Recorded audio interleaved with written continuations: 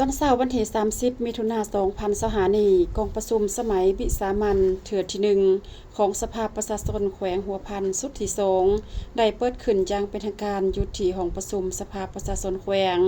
โดยการเป็นประธานของฐานคอนประพันธ์เรืองศรีจันทอง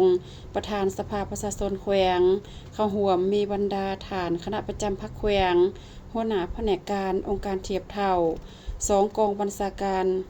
และภาคส่วนที่เกี่ยวข้องพร้อมด้วยบรรดาฐานสมาชิกสภาประชาชนแขวงหัวพันจาก10เขตเลือกตั้งเข้าร่วม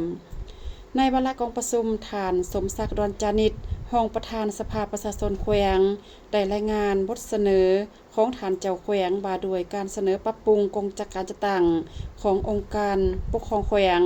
จากนั้นสมาชิกสภาประชาชนแขวงได้สุมใส่ประกอบคำคิดคำเห็นต่อการรายงานพร้อมทางลงคะแนนเสียงรับรองเอาด้วยคะแนนเสียงเห็นดีเป็นเอกภาพห้อยสุนห้อยของสมาชิกสภาประชาชนแขวงที่เข้าร่วม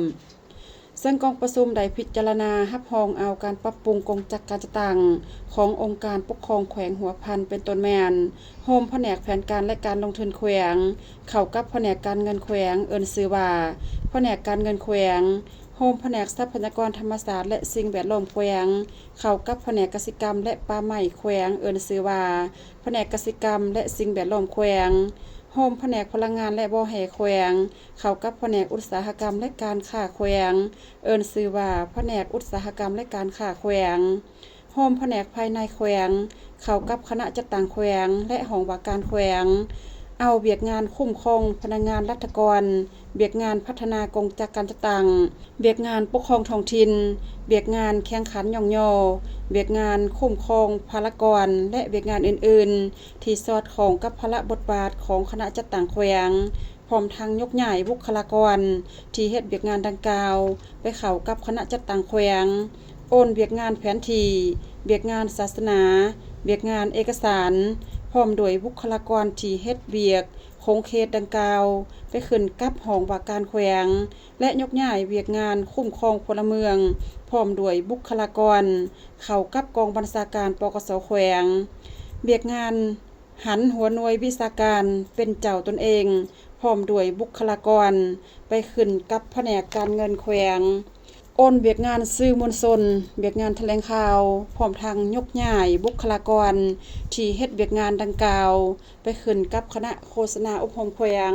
เปลี่ยนสื่อแผนกแถลงข่าววัฒนธรรมและท่องเที่ยวเป็นสื่อใหม่เอิ้นว่าแผนกวัฒนธรรมและท่องเที่ยวมอบให้องค์การปกครองแขวงสมทบกับคณะรับผิดชอบปรับปรุงกงจักการจัดตั้งขันแขวงและภาคส่วนที่เกี่ยวข้องนำพาปรับปรุงกงจักการจัดตั้ง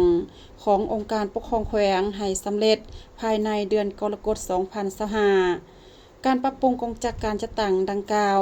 แม่นให้ซุ้มใส่ค้นคว้าเลือกเฟ้นซับซ้อนจัดวางพนักงานรัฐกรคืนใหม่อย่างรัดกุมและเป็นระบบพร้อมทางเอาใจใส่นำพาศึกษาอบรมการเมืองแนวคิดให้พนักงานรัฐกรมีความรับรู้เข้าใจและเป็นเอกภาพพร้อมกันจัดตั้งปฏิบัติให้ได้รับผลสำเร็จตามแผนการที่วางไว้หลายสิบปีที่พักเดินใหญ่เข้มแข็งไปทุ่งสีแดงแห่งเปลวไฟปาฏิวาสนำพาปวงชนหลุดพ้นจากความเป็นทาสต่อสู่ผู้สร้างปฏิวัติปลดปล่อยศาสนาพรรคเอ่ยเกียรติศักดิ์ศรีของพรรค